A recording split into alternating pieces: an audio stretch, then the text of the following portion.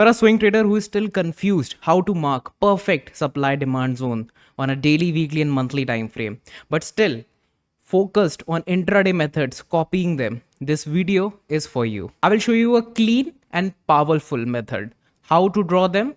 First, on my drawing board, I will show you the concepts, and then we will go to the TradingView platform in order to justify them with examples. So let's start with supply first, then we will jump to the demands.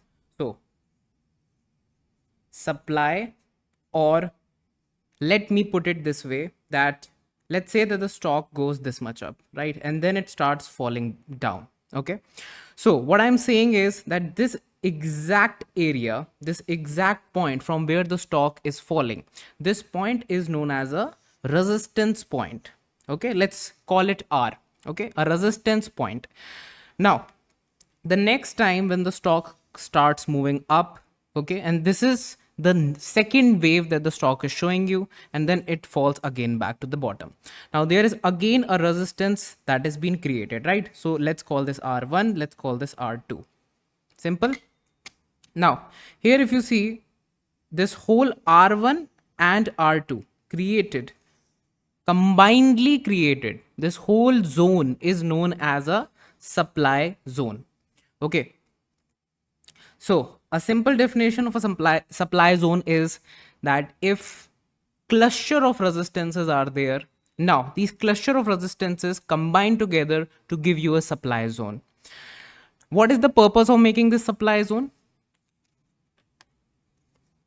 Why do we make this? Why do we make a supply zone? It helps a swing trader to make their targets if they have taken a trade. So potential targets come out of this, right? And where is the nearest resistance?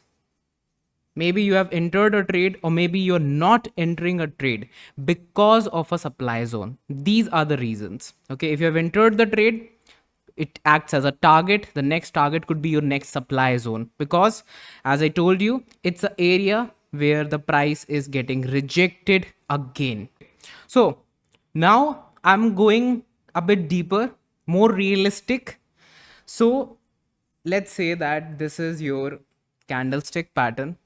Okay, this is your candlestick pattern, and the real candlestick pattern looks something like this. Okay, and this is the top of some price action. The stock moved up to this area, created this pattern, and then it started falling from this area again, and then again it went to this area and created a candlestick like this. Okay, and then again started falling. Okay, so you have this case right in front of you. In this situation, what will be a supply zone? So how you make it? Always the first move of the stock. Okay, you need to check out the whole chart, and we are talking about daily, weekly, and monthly time frame here. So 3 time frames are there into the picture here that we are focusing on, because this is swing trading series that I'm putting through my lens. So when I am talking about a supply zone, right? So first of all, you have to mark the wick of the first move. See, this is the first move of the stock, right? And this is the peak created, means after that the fall started, right? So you need to mark this point, the wick, and you need to mark the closing of the stock, right? So you mark 2 points. Now this is how you extend a supply zone. Now you keep on extend this zone, right, till this area.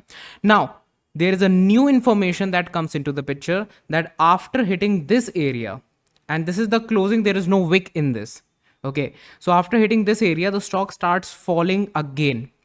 So what is the trigger point here? The trigger point is fall. Fall is the trigger point for a supply to be made. Okay, so you cannot just make a supply zone anywhere. Okay, the stock or the instrument, whatever you are watching, trading, right, it needs to fall from that area in order to give you a specific key zone, right, like this. Now here you got this information that this is the closing. This is a new information, new piece of information, but you should use it. How? Now we will just extend our supply zone till this point, and this will be the final supply zone. So how it will look in the end? in the end, it will look something like this. So this is your overall major supply zone in which you have taken a wick of the first top of the price action, and then you have taken a closing also, but later you found that that this closing is pretty near our supply zone, so you will consider that also into the picture. If there would be a wick, so we would consider wick only, right? The nearest resistance from where the price action started getting rejected, and it created a fall momentum like this. There is a fall after this, so this is the whole supply zone for the future purpose. That's how you create a supply zone, by combining multiple resistance lines. So now we will talk about demand theory. Okay, so just like I told you guys that the cluster of resistances makes you a supply zone, the cluster of multiple support makes you a demand zone. Now, how do I put it? So, for example, a stock is falling, okay, and it gets rejection from some point, starts moving up.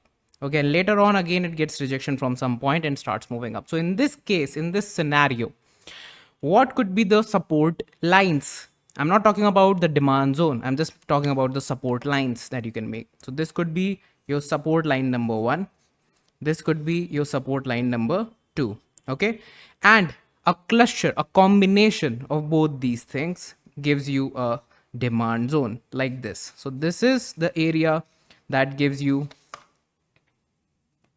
that makes you a demand zone like that. Stock is moving downwards, and then there is this candlestick, and then there is this wick creation right here, okay, and this is the red closing of the stock. The stock has closed here, this was the opening, and because it's the opening and the closing like that, so this would definitely be a red candle, because the price actually closed below below the opening, right? This is, let's say this is a bit broader wick creation of the stock. So after that the stock starts moving up higher and higher. So again the same thing, the impulse, the input that you need to see is upside momentum creation, right? And then after that the stock again comes back to these areas and creates, let's say, that a beautiful candle, green candle like this. Now uh, let's make this a bit realistic. The stock was falling down and there was a gap down that took place on this specific day. So when there is a gap down taking place, so this must be a opening of the stock, right? And because this is the opening, so this must be a green candle and closing of the stock like that. So it opened here, closed here, a green candle formed, right? In this situation, you need to first see what is the next step the stock is taking. So let's say that the stock starts moving up back again on the higher side, right? So in this situation, first you have to start making from this area. Let's take the wick. Let me mark that with red. So let's take this closing and let's take the wick, again the same thing, okay, and extend it till this area like this. Now after this impulse move, okay, you found another candle, another piece of information, and after that there was again an impulse move on the upside, and because of that you got this piece of new information that you are going to apply. What is that piece of information? That if you extend this, this will be a new support for you. So I've created a support here, a support here, a support here. So 3 supports I've created overall, and if I mark them now, so this will be, this whole plot, this whole area would be now called as a demand zone. This whole area, the cluster of supports. Now in future, why we are learning all this, guys? Before we go to the next part, do like this video. Below that you'll find a comment section where I've attached my Telegram link also. You can directly contact me there, we can have a great discussion about it, okay? And if you're new to this channel, I have posted tons and tons of profit and loss videos, tons and tons of other videos on this channel. You guys do visit those videos also if you are here, and if you like them, be the part of this channel by simply subscribing.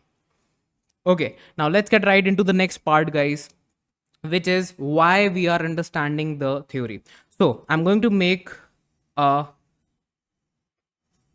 formation of stock or instrument like this, and let's say that I have created uh, here you are getting a wick candle, here you are getting a Parubozu candle. Okay, very realistic. These are the kind of things that you see mostly at the bottom areas of the stock. These are the kind of things that you mostly see at the top of a chart, right? Might be a red closing like this. Okay, perfect. So in these situations, how would you mark a demand and supply zone in this situation? So in this situation, let's mark it.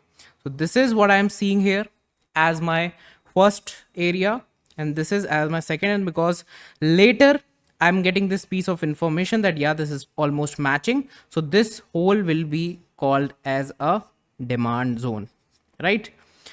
Let's make the supply zone now. So this was the closing of the stock, right? And this is the, let's say that this is the wick of the stock. So I'm marking the wick, I'm marking the closing. Now this closing is breaking this closing right here. Okay, no issues because this is above, right? So this is more important right here, this whole zone. You guys can see that this area, this particular candle is already coming inside the supply zone now, right? So we will take it inside and we will just mark it for future. So this is our zone right here. This is the supply zone that we have created. This is the demand zone that we have created. And why we are learning it? We are learning it because we as a swing trader want to know that which demand zones are good, which demand zones we need to attack on, right? From where we begin our trade. So this is our trade initiation point. Basically trade begins here.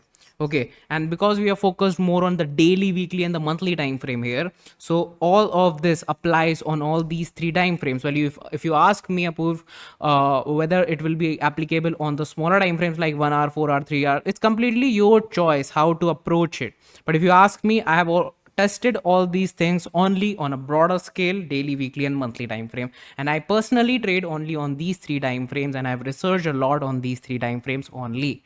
If you see my profit and loss videos on my channel, you will get to know that I focus on these time frames only. Now coming to the point of supply, now that in terms of supply, our major focus is that if the trade began its journey from the demand zone, then it might be ending at the supply zone. So we should know where to end the trade, right? So two things: where to end a trade and where to enter a trade. So two things we will learn by the examples on my screen. So let's get right into the realistic examples now. I hope you guys have subscribed to this channel and liked the video by now. Okay, so now you will understand if the concepts and the base foundation is top notch, how fast you can analyze things. Let's get right into the screen and analyze things now. Let's start. So guys, you can see that this is the chart in the form of a candlestick now. So the stock closed exactly at this area. So I'm just going to make a supply like this until this point. Okay, and now you can see that how I got my point number 2 exactly at this area, right? So what I will do, I'll start using the wicks and in this manner. Now the next wick comes out to be this, the next wick comes out to be this, and then I will just keep on taking this whole zone, extend this whole zone. Now I got a new wick right there. Okay, so we can make that also, because these are the nearest resistances after which the price action is getting rejected, or they are coming inside the supply zone that we are creating right now. Now let's extend it and let's see the results now. Now when you extend it, this structure tried to move inside this supply, and what happened? Exactly what should have happened at that area. The price went down from that supply zone. You are making resistances, you are making 1 2 3 resistances, 4 resistances, and making a supply zone out of it now. And see, with a piece of information, you utilize it. Now what do you do after that? Now the price again came to this particular area, and let's see what happens. This is the monthly time frame of a random stock that we are watching right now. So when it came to this area, again there was a resistance, rejection, and it started coming downwards, right? It was only until this point where the stock finally gave a breakout. Now, don't worry about the breakouts. There will be a whole dedicated video on breakout next week. So make sure your notification bell is on, or maybe you are subscribed to my Telegram channel. Link is in the comment sections. Now, so that's how you do it. The next one, let's go to the next one. So I have this example. So this is 2010, by the way. If you guys see, let's make it from the body and let's take a wick, right? Exactly how we did. So after that, this is the weekly time frame now. Let's extend this till this area and you will see how beautifully the stock got rejected from that exact point. So if somebody is planning a trade at this area, they know where to exit the trade, right? Because if you keep on holding the trade, eventually you will end up making losses, right? That's the whole concept. Now if you take this to this area, you will see that soon after the stock gave a breakout again, right? So when the breakout comes into the picture, it's a whole different video, whole different concept. We'll talk about that. But up till that point, the stock was trading below that area only. Let's go to the third example. This is the best one out of all of them because it will contain a lot of concepts. So see, this is the closing, this is the wick. So that's how we start. That's how we start. This is the closing, this is the wick. So we extend this till this particular area, and now you see this is the huge wick created. So yes, it is following because everything has closed inside the supply zone, but we will adjust it according to this now. Okay, so in future, whenever the price action is going to come to this area, if we are already in the trade, that's where potentially we will find our exit. That's how we should approach a supply zone. Now you guys will see the magic. I'm extending it and you will see that how beautifully the stock got rejected here and there is a continuous fall. Very basic thing. If you know the concept, if you know the base foundation, everything is perfect. Now you see again here at this area, the stock was trying to move up, rejection, and it was falling down again. Now we can adjust it again because it's a very small adjustment. Small adjustments we can make, and thus the next time when it came to that same area, it got rejected, although the closing was always inside the supply. It was only until the stock gave this breakout right here, but it was not sustainable. But if you see again, it's trading around those areas only, right? So that's how you make a supply zone basically, right? Now we will go to the demand zone. It's more interesting now. Things will get even more interesting. So let's make a demand zone here. So now you guys can see a very beautiful concept that I told you on the drawing board, that you need a input. You need some momentum first, and only then you can start making your zones. For example, if you start making your zone from this area, you will see that how brutally it was breached at this point, right? So that's why I said there should be a impulse first of all. So this impulse was not there. It was just a small upside momentum, and then again the stock starts moving downwards. So that's the point. When the stock hits this area, you guys can see it starts moving up and up and up. There is a impulse movement, a notification that should go to your mindset that now we can finally start making a demand zone from this zone, right? So we will make it with green. I will use the closing of the body and the wick right here. And now I will extend it in future and I will just see the beauty of price action, nothing else. Later when the stock starts falling, in February, it got rejected from the lower levels exactly at that demand. It was not this demand. It was not this demand. Why? Because the impulse movement, if you see, this is the biggest impulse movement out of all of them. This. Okay, so when you get a impulse after a bottom has been made, you need an impulse. When the impulse has been made, only then you go back in time, make the demand zone in exactly the way that I told you. Okay, let's go to this one. So yes, this is the low created, but after this you guys can see again it started falling. Only it was this low that was created, after which the stock gave a very beautiful upside momentum and it kept on moving up. So I will keep this as my beautiful demand zone, body closing, and a wick. I've taken them. Let's go forward in time. Now this is coming inside the demand zone, so I will not do anything. I will just keep on extending it, and you will see how beautifully this is opened below but closed above the demand zone. So that's how you easily make the demand zone. The final example, and this is one of the best examples. If you see, a very simple price action trading could have been done at this area also. So you see, you guys, at this point the stock gave a very beautiful closing, a wick, and then it started moving higher. That means something like a higher high was created, right? Now if you extend this zone till this particular point, it followed this zone, right? So we have made the right and correct zone. Now I've made till this point, and if you see, the price action almost gave a breakdown but came back up. Now I will just make it till this area in order to give it a beautiful touch, because again there was an impulse move. I'll extend it in future, and I will see how beautifully the price action is again taking support from there, because these support clusters are your demand zone, and you potentially aim for entries on these areas only. Whenever your setup is being created, these are your entry areas, and if you make a beautiful supply zone in this only, in this chart only, so let me share that also.